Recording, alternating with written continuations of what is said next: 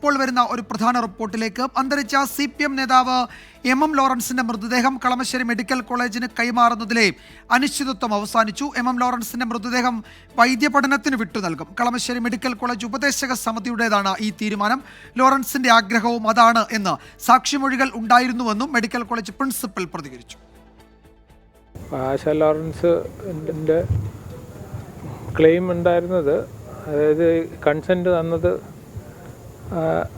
ശരിക്കും അഡിക്വേറ്റ് അല്ല, ശരിയല്ല എന്നുള്ളതായിരുന്നു. അപ്പോൾ നമ്മൾ ഡീറ്റെയിലായിട്ട് മനസ്സിലാക്കിയ അത് ജെന്യുവിൻ കൺസെൻറ്റാണ്, ക്രെഡിബിൾ കൺസെൻറ്റാണ്. അപ്പോൾ നമ്മുടെ കേരള അനാറ്റമി ആക്ട് അനുസരിച്ച് അത് ശരി.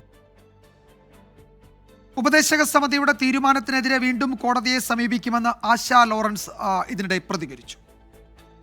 കോടതി ഉത്തരവിൽ തന്നെ പറഞ്ഞിരുന്നല്ലോ, നമുക്ക് അപ്പീൽ പോകാന്ന് പറഞ്ഞിട്ടുണ്ടായിരുന്നു.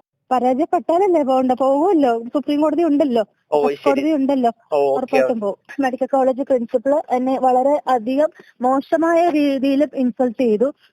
ഹൈക്കോടതി ഉത്തരവ് പ്രകാരമാണ് എന്നെ വിളിപ്പിച്ചത്. എന്നിട്ടും എന്നെ ഒരുപാട് ഇൻസൾട്ട് ചെയ്താണ് സംസാരിച്ചത്. പേര് ചോദിക്കുക, എന്നിട്ട് അപ്പന്റെ പേര്, അപ്പനുമായിട്ടുള്ള റിലേഷൻ, പിന്നെ ലോറൻസുമായിട്ടുള്ള റിലേഷൻ. YS അഭിനന്ദ് കൊച്ചിയിൽ നിന്ന് ഏറ്റവും പുതിയ വിവരങ്ങൾ നൽകും. അഭിനന്ദ്, ഇക്കാര്യത്തിൽ മെഡിക്കൽ കോളേജ് ഉപദേശക സമിതിയുടെ തീരുമാനം വന്നതിന് ശേഷവും ആശാ ലോറൻസ് കോടതിയെ സമീപിക്കും എന്നാണ് പറയുന്നത്. അപ്പോൾ ഇതിൽ നിയമപോരാട്ടം തുടരും എന്നാണല്ലോ കരുതേണ്ടത്, അല്ലേ?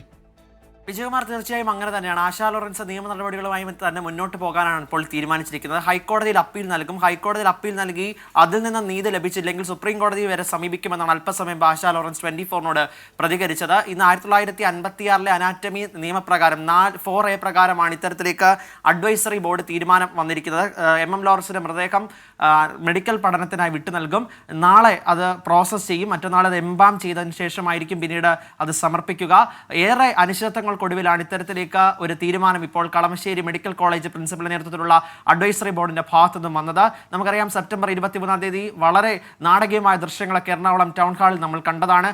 അത്തരത്തിലൊക്കെയാണ് ഹൈക്കോടതിയിൽ അപ്പീൽ സമർപ്പിച്ചു. ഹൈക്കോടതി അത് പ്രത്യേക സംഘത്തെ അടക്കം രൂപീകരിക്കും. അത് മെഡിക്കൽ കോളേജിൽ തീരുമാനമെടുക്കാൻ വിടുന്നു. അങ്ങനെയാണ് മെഡിക്കൽ കോളേജ് ഇന്ന് ഉച്ചയ്ക്ക് 12 മണിയോടുകൂടി ഒരു തീരുമാനം ഉണ്ടാകുന്നത്.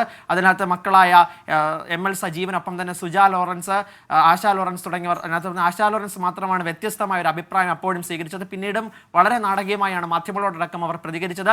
നീതിക്ക് വേണ്ടി പോരാട്ടം തുടരും. അത് സുപ്രീം കോടതി വരെ പോകേണ്ടി വന്നാലും തന്റെ അപ്പനെ മെഡിക്കൽ പഠനത്തിന് വിട്ടു നൽകില്ല എന്നുള്ള ഒരു തീരുമാനമാണ് ആശാ ലോറൻസിന്റെ ഭാഗത്തുനിന്നും ഉണ്ടാവുന്നത്. വിജയകുമാർ. മെഡിക്കൽ കോളേജ് ഉപദേശക സമിതിയുടെ തീരുമാനം വന്നതിന് തൊട്ടു പിന്നാലെയാണ് നിയമ നടപടി തുടരും എന്ന് ആശാ ലോറൻസ് അറിയിക്കുന്നത്. YS അഭിനന്ദാണ് വിവരങ്ങൾ നൽകിയത്.